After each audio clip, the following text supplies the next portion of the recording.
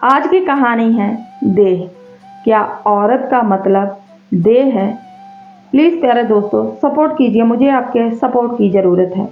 चारपाई पर लेटी हुई बुधिया साफ साफ देख रही थी कि सूरज अब उगने लगा था और दिन की लालिमा मानो रात की कालिमा में तेजी से समाती जा रही थी। देखते ही देखते अंधेरा घिरने लगा था, बुधिया के आसपास और उसके अंदर भी। लगा जैसे वह कालिमा उसकी जिंदगी का एक हिस्सा बन गई है, एक ऐसा हिस्सा जिससे चाह कर भी वह अलग नहीं हो सकती। मन किसी व्याकुल पक्षी की तरह तड़फ रहा था। अंदर की घुटन और चुभन ने बुधिया को हिला कर रख दिया था।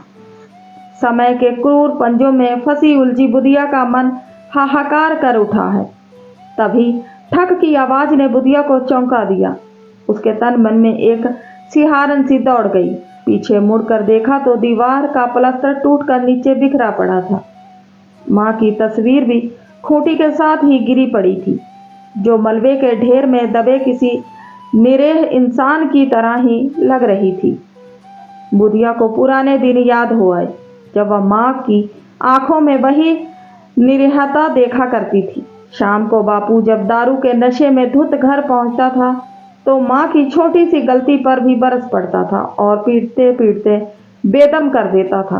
एक बार जवान होती बुधिया के सामने उसके जालिम बाप ने उसकी माँ को ऐसा पीटा था कि वह घंटों बेहोश पड़ी रही थी।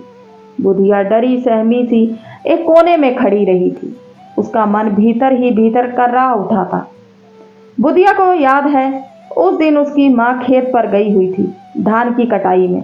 तभी धड़क की आवाज के साथ दरवाजा खुला था और उसका दारूखोर बाप अंदर दाखिल हुआ था। आते ही उसने अपनी सिंदूरी आंखें बुधिया के ऊपर ऐसे गड़ा दी थी मानो वह उसकी बेटी नहीं महज एक देह हो। बापू बस इतना ही निकल पाया था बुधिया की जबान से। आहा सुन बुधिया, बापू जैसे आपे से बाहर होकर बोले थे, या दारू की बोतल रख दे। जी अच्छा, किसी मशीन की तरह बुधिया ने सिर हिलाया था और दारू की बोतल अपने बापू के हाथ से लेकर कोने में रखाई थी। उसकी आंखों में डर की रेखाएं खिंच गई थी। तभी बापू की आवाज किसी हथौड़े की तरह सीधे उसे आकर लगी थी। बुधिया, वहां खड़ी खड़ी क्या देख रही है?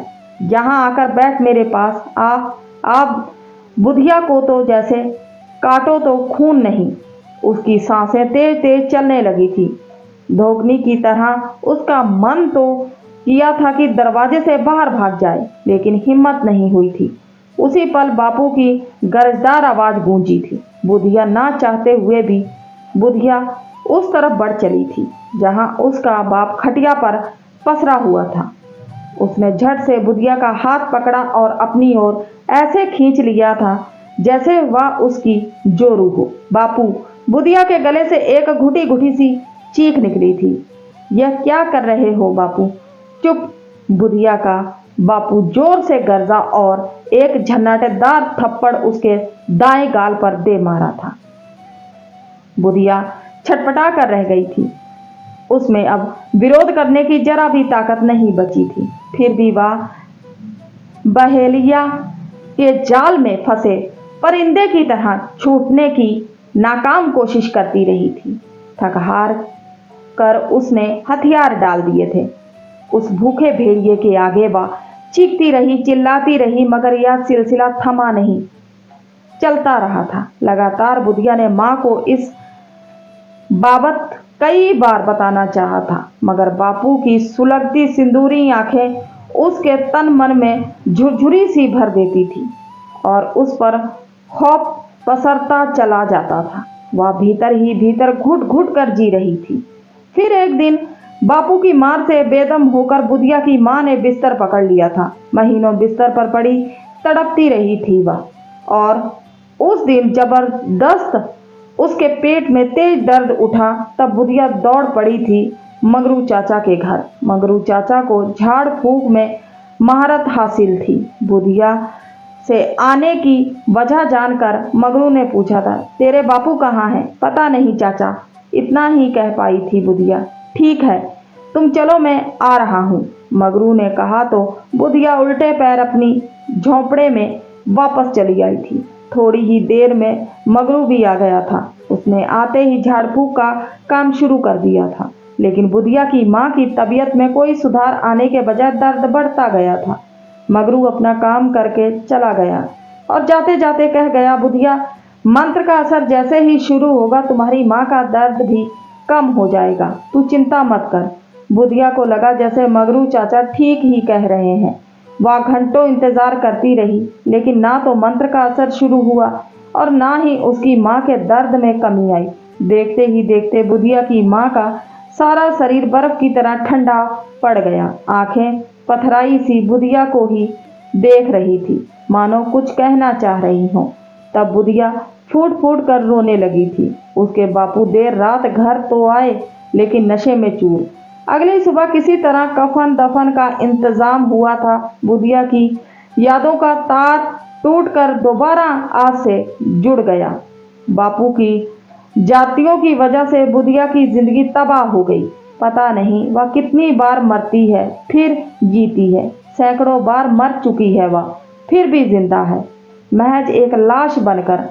बापू के प्रति बुधिया का मन विद्रोह कर उठता है, लेकिन वह खुद को दबाती आ रहती है। मगर आज बुधिया ने मन ही मन एक फैसला कर लिया। यहाँ से दूर भाग जाएगी, वह बहुत दूर, जहाँ बापू की नजर उस तक कभी नहीं पहुंच पाएगी। अगले दिन बुधिया मास्टरनी जी के यहाँ गई कि वह अपने ऊपर हुई जातियों की सारी कहानी उन्हें बता देगी। मास्टरनी का नाम कलावती था, मगर सारा गांव उन्हें मास्टरनी के नाम से ही जानता। कलावती गांव के ही प्राइमरी स्कूल में पढ़ाती है। बुधिया को भी उन्होंने ही पढ़ाया था। यह बात और है कि बुधिया 2 जमात से ज़्यादा पढ़ नहीं पाई थी। क्या बात है बुधिया, कुछ बोल तो सही। जब से तुम आई हो तब से रोए जा रही हो, आखिर बात क्या हो गई? मास्टरनी जी ने पूछा तो बुधिया का गला भर आया। उसके मुंह से निकला, मास्टरनी जी, हाँ, बताओ बुधिया, मैं वादा करती हूँ तुम्हारी मदद करूंगी। मास्टरनी ने कहा तो बुधिया ने बताया, मास्टरनी जी, उसने हमको खराब किया, हमारे साथ गंदा काम। सुनकर मास्टरनी जी के भौएं तन गई। वे बुधिया की बात बीच में ही काट कर बोली, किसने किया तुम्हारे साथ गलत काम? बापू ने। और बुधिया सब कुछ सिलसिलेवार बताती चली गई। मास्टरनी कलावती की आंखें फटी की फटी रह गई और चेहरे पर हैरानी की लकीरें गहराती गई। फिर वे बोली, तुम्हारा बाप इंसान है या जानवर? उसे तो चुल्लू भर पानी में डूब मरना चाहिए। उसने अपनी बेटी को खराब किया। खैर तू चिंता मत कर बुधिया, तू आज शाम की गाड़ी से मेरे साथ शहर चल। वहाँ मेरी बेटी और दामाद रहते हैं। तू वहीं रहकर उनके काम करना, बच्चे संभालना, तुम्हें भरपेट खाना और कपड़ा मिलता रहेगा। वहाँ तू पूरी तरह महफूज रहेगी। बुधिया का सिर मास्टरनी के प्रति इज्जत से झुक गया। नई दिल्ली रेलवे स्टेशन पर उतरते ही बुधिया को लगा जैसे वह किसी नई दुनिया में आ गई हो। सब कुछ अलग और शानदार था।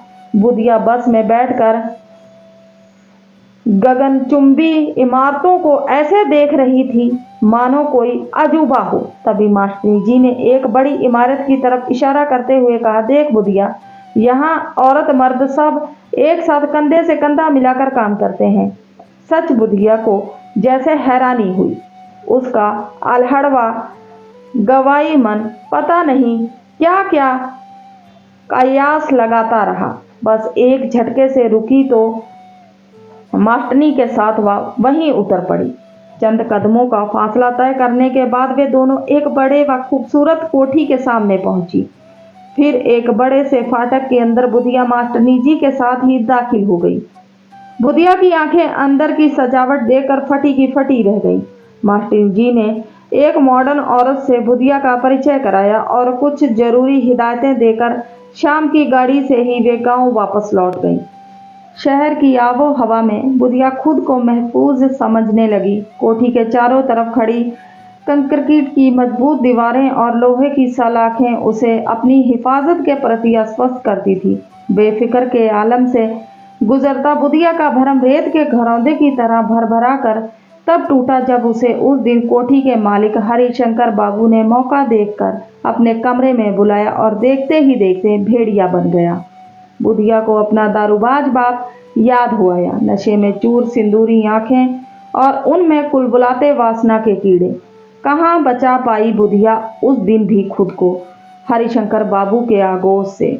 कंकरकीट की दीवारें और लोहे की मजबूत सलाखों को अपना सुरक्षा घेरा मान बैठी बुधिया को अब वह छलावे की तरह लगने लगा। और फिर एक रात उसने देखा कि नितिन और श्वेता अपने कमरे में अमरबेल की तरह एक दूसरे से लिपटे वेजा हरकत कर रहे थे। टेलीविजन पर किसी गंदी फिल्म के बेहुदा सीन चल रहे थे। ये दोनों सगे भाई बहन हैं या बुदबुदाते हुए बुधिया अपने कमरे में चली आई। सुबह हरिशंकर बाबू की पत्नी अपनी बड़ी बेटी को समझा रही थी, देख कॉलेज जाते वक्त सावधान रहा कर।